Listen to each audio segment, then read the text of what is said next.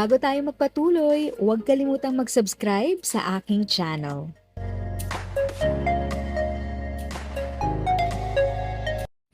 Thank you sa pag-click ng aking video. Good day po sa lahat ng ating SSS pensioners. Sa mga bagong viewers at napadaan lang, by the way, I'm Tita Eda.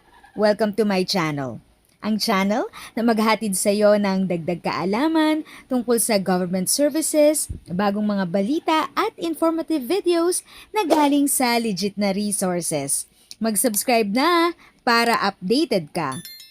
Uy, good news mga ka-SSS! Simula Setyembre 1, 2025, magkakaroon na ng dagdag sa pensyon. Sakto yan sa 68th anniversary ng SSS. Ha? Balita galing kay SSS Vice President Gloria Andrada. Sa lahat ng SSS pensioners, good news too. Yung mga retirado at may kapansanan, madadagdagan ng 10% ang pension nila kada taon. Simula next year. Tuloy-tuloy yan ha, hanggang 2027. Tapos, yung mga survivor pensioners naman, 5% ang dagdag kada taon. So, magkano ba ang dagdag? Retirement pension, minimum, mula paytan 200, maging su tanahan 2820.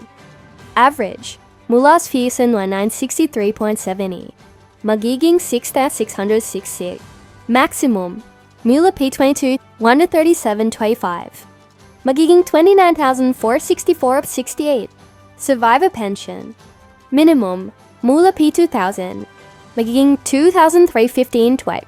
Maximum, mula P20,200, magiging 23,134.03.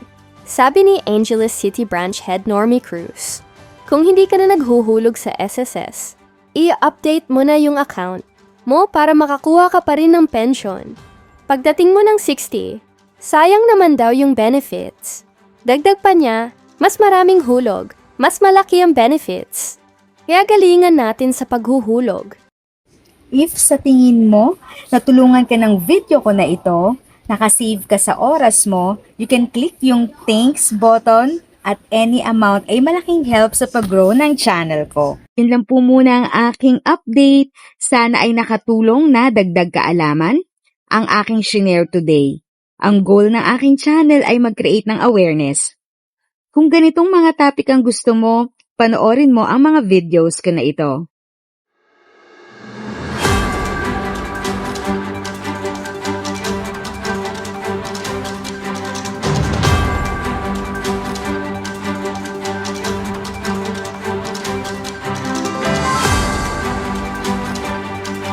Thanks for watching! Kung may kapamilya, kaibigan o kakilala sa tingin mo ay magiging interesado sa video, please share or tag sila sa comment section.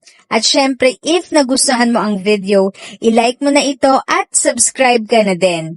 As always, feel free to write your questions, comments, and opinions respectfully. And continue to be a blessing and stay safe!